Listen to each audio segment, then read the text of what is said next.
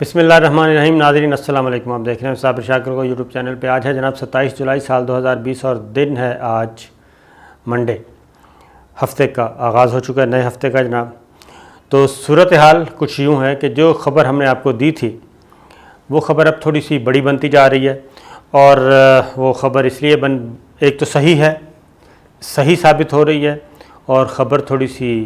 بڑی بھی ہو رہی ہے, سینسیٹیو بھی ہو رہی ہے. اور اس کی ریزن یہ ہے کہ نیو دلی, انڈیا کے دارالحکومت دلی میں کافی پریشانی, بلکہ پریشانی سے بھی آگے کی چیز ہے. اور وہ پنجابی میں کہتے ہیں نا پسو پڑنا, تو پسو پڑے ہوئے ہیں, مصیبت پڑی ہوئی ہے کہ آخر یہ آنن فانن ہوا کیا ہے. کیونکہ جو نفرت کے بیج مودی سرکار نے, RSS نے مکتی باہنی کے ذریعے بوئے تھے ڈھاکہ میں, تو میرا خیال ہے کہ وہ زہر, وہ نفرت جو ہے وہ ختم ہونے کی طرف بڑھ رہی ہے. اور میں یہ تو نہیں کہتا کہ آنن فانن ہو جائے گا, لیکن جو خبریں اس وقت نیو دہلی سے آ رہی ہیں, دلی سرکار سے آ رہی ہیں, اور RSS اور مودی سرکار اور اجیت گروور جس طریقے سے پریشان ہیں, لگ یہ رہا ہے کہ ان کو بھی تھوڑی سی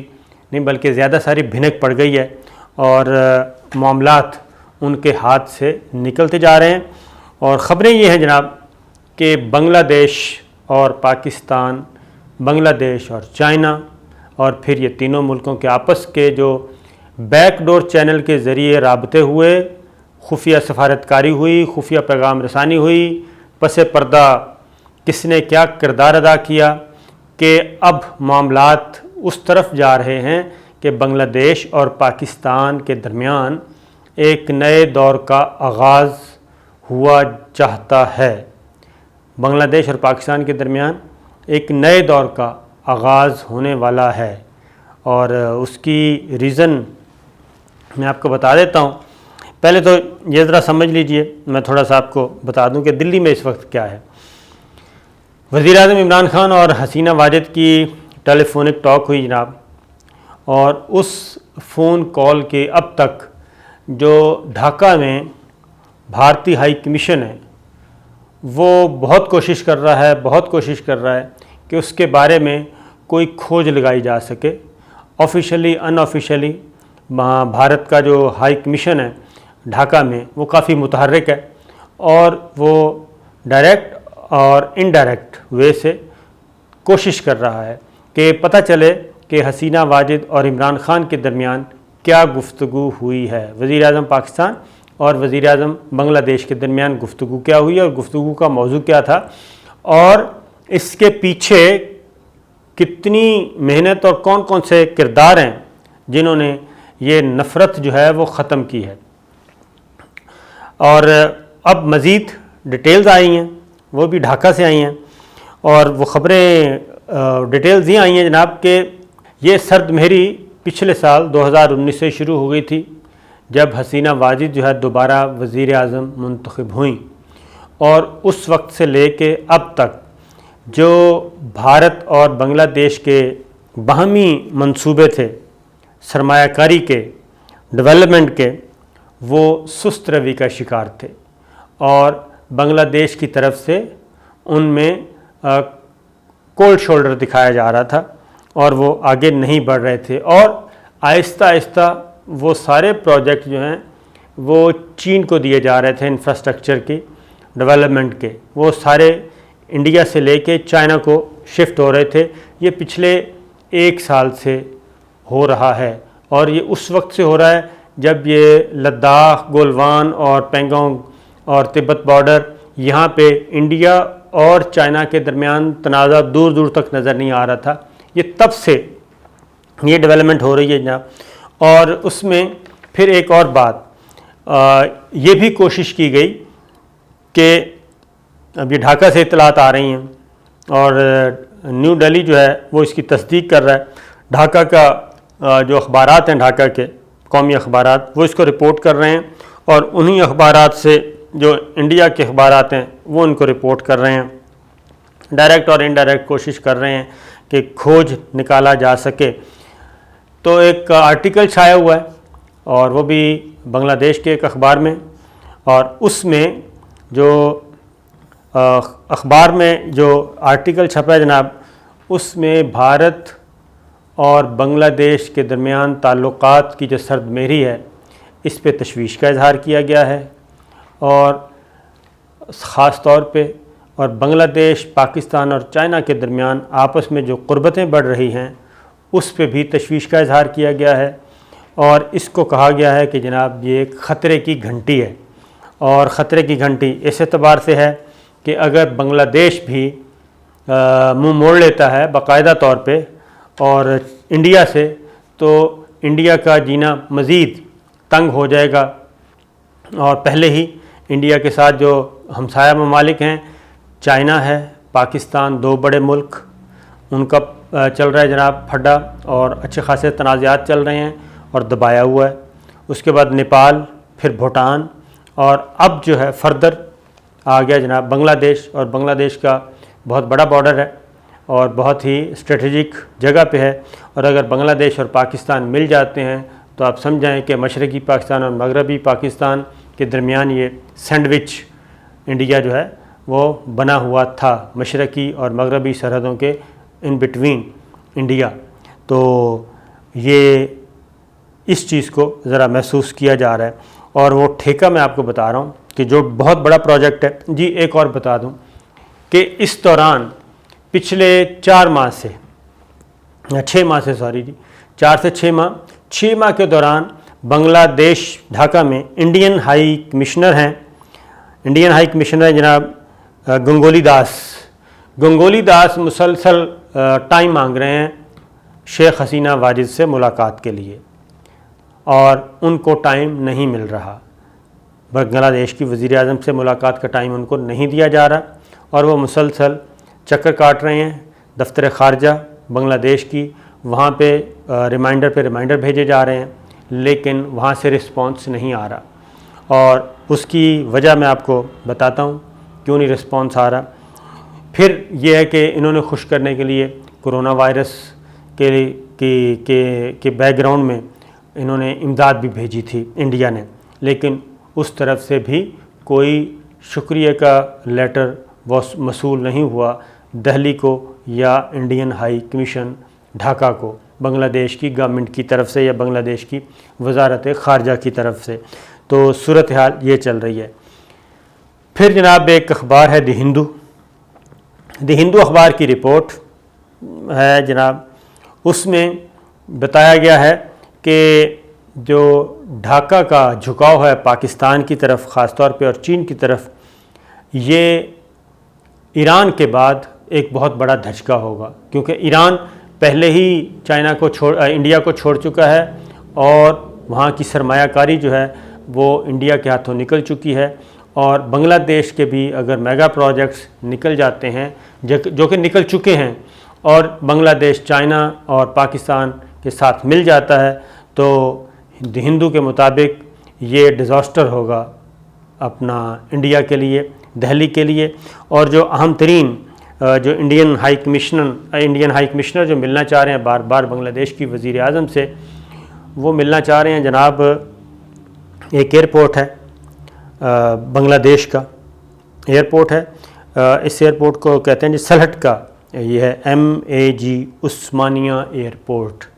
اس کا ایک نیا ٹرمینل بننا ہے، اور نئے ٹرمینل کا کانٹریکٹ جو ہے وہ انڈیا کے بجائے انڈیا سے لے کے یہ دے دیا گیا ہے بیجنگ اربن تعمیراتی گروپ کو، چین کی تعمیراتی گروپ کو دے دیا ہے، اور ان سے لے لیا ہے، اور نیو دہلی جو ہے یعنی کہ انڈین سرکار وہ بار بار بنگلہ دیش کو کہہ رہی ہے کہ یہ جو ایئرپورٹ ہے یہ بھارت کے شمال مشرقی علاقے میں ہے، اس کے ساتھ ملتا ہے، اور یہ ایک حساس ہے، اور یہاں پہ یہ اس کا جو ٹرمینل کا کانٹریکٹ ہے، ٹھیکہ ہے، وہ ہمیں دیا جائے، انڈیا کو دیا جائے، چائنا کو نہ دیا جائے، کیونکہ چائنا یہاں سے دوسرے کام بھی کر سکتا ہے، اور یہ ہمارے لیے قابل قبول نہیں۔ لیکن بنگلہ دیش نے اس کو ریجیکٹ کر دیا، بنگلہ دیش کی گورنمنٹ نے، اور وہ ٹھیکہ چلا گیا ہے چائنا کے پاس۔ یہ تو پریکٹیکلی وہاں پہ ڈھاکہ میں جو کچھ ہو رہا ہے۔ اب اگلی بات یہ ہے کہ اس کے بعد انہوں نے انڈین ہائی کمشنر جو ہیں وہ ملے ہیں ڈھاکہ میں مختلف سفارتکاروں سے اور بنگلہ دیش کی وزارت خارجہ سے بھی، کہ تشویش پائی جاتی ہے جی ہمیں کہ بنگلہ دیش اور پاکستان کے درمیان کیا چل رہا ہے، اور پرائم منسٹر عمران خان اور پرائم منسٹر حسینہ واجد کے درمیان جو ٹیلی فونک گفتگو ہوئی ہے اس میں کشمیر کا ذکر بھی ہوا ہے، مقبوضہ کشمیر کا، اور اس میں دیگر ایسے معاملات بھی ہوں جس سے انڈیا کا کنسرن ہے۔ تو بنگلہ دیش کی وزارت خارجہ نے کسی قسم کی کوئی چیز شیئر کرنے سے معذرت کی ہے اور خاموشی ہے مسلسل، اور جبکہ پاکستان کی طرف سے یہ بتایا جا چکا ہے کہ شیخ حسینہ واجد سے جو گفتگو ہوئی اس میں مقبوضہ کشمیر کی صورتحال خاص طور پہ زیر بحث آئی۔ اب میں آپ کو یہ بتا دوں کہ یہ بظاہر تو میں نے آپ کو پہلے بھی بتایا تھا، لیکن اب میں نے آپ کو بتا دیا کہ دہلی میں کیا ہو رہا ہے، اور انڈین میڈیا جو کہ اسٹیٹ میڈیا کہلاتا ہے وہ کیا سوچ رہا ہے، اور دہلی میں کیا تشویش پائی جا رہی ہے، اور دوسری جانب ڈھاکہ میں انڈین ہائی کمیشن کیوں اتنا بلبلا رہا ہے۔ تو اس کی ریزن یہ ہے کہ یہ تو اس میں کوئی شک نہیں جی، نفرت کے بیج بوئے گئے تھے، اور اب وہ جذباتی ہو کے ظاہر اسٹیٹسمین جو ہوتا ہے وہ اس طرح کے راز جو ہے وہ فاش نہیں کرتا، لیکن اگر اسٹیٹسمین چائے والا ہو اور مودی جیسا ہو اور اس کی ہندوتا اور انتہا پسند ہو اور دہشت گردی اس کا اوڑھنا بچھونا ہو اور وہ بچر کے نام سے مشہور ہو اور وہ اقلیتوں کا قاتل ہو، تو اقلیتوں کی نسل کشی کر رہا ہو اور بے گناہ انسانوں کو قتل کر رہا ہو، تو ایسا اسٹیٹسمین جو ہے وہ اسٹیٹسمین رہتا نہیں ہے۔ اس نے بھی بہت سارے راز جو ہیں وہ فاش کیے، اور جب اگلی نسل کو جب یہ پتہ چلتا ہے کہ جناب جو کچھ بنگلہ دیش میں ڈھاکہ میں مکتی باہنی کی صورت میں جو کچھ کیا گیا، اور اگر مودی یہ کہتا ہے کہ یہ سارا کچھ انہوں نے خود پلان کیا تھا اور خود یہ نفرت کے بیج بوئے تھے اور پراکسی لڑی تھی، اور وہ بیسیکلی آر ایس ایس کے لوگ تھے اور آر ایس ایس نے ہی ان کو ٹرینڈ کیا تھا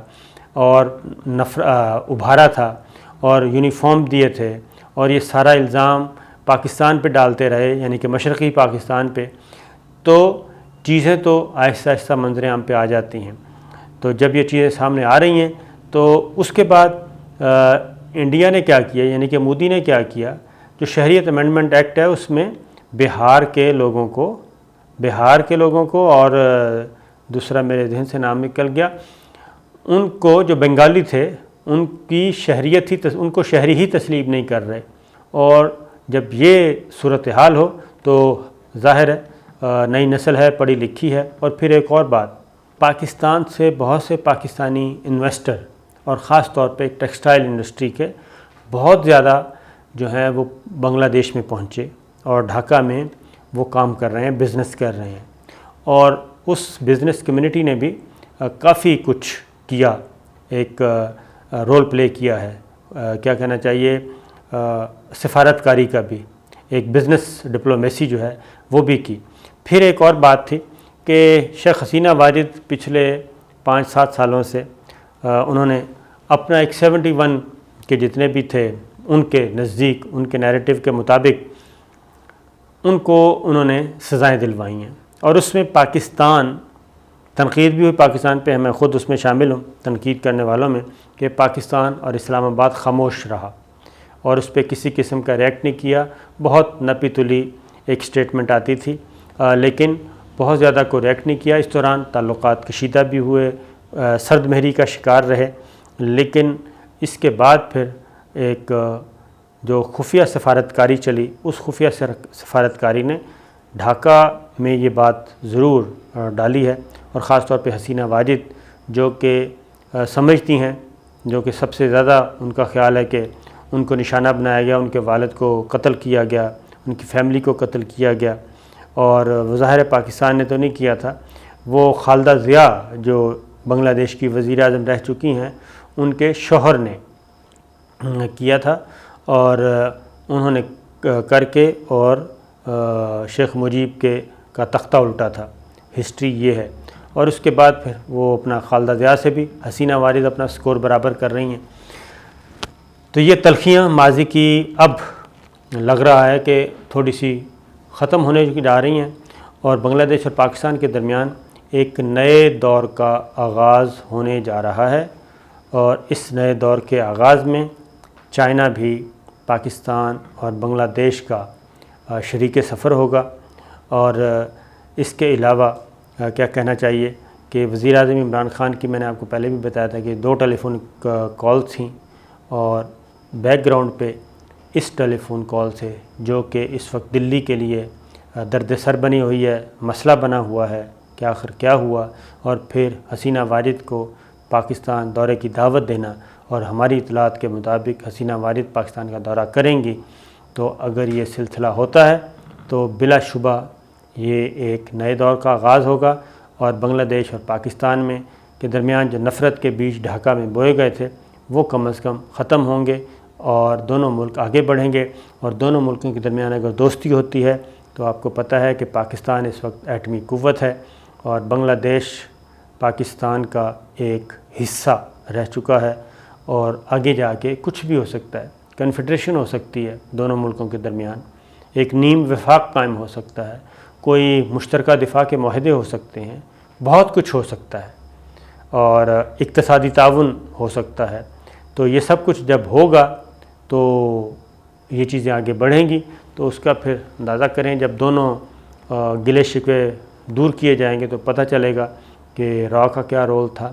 مفتی بہانی کا کیا رول تھا، بی جے پی کا کیا رول تھا، RSS کا کیا رول تھا۔ تو وہ سارے رول جب سامنے آئیں گے تو تلخیاں کم ہوں گی، اس لیے دلی بہت زیادہ پریشان ہے۔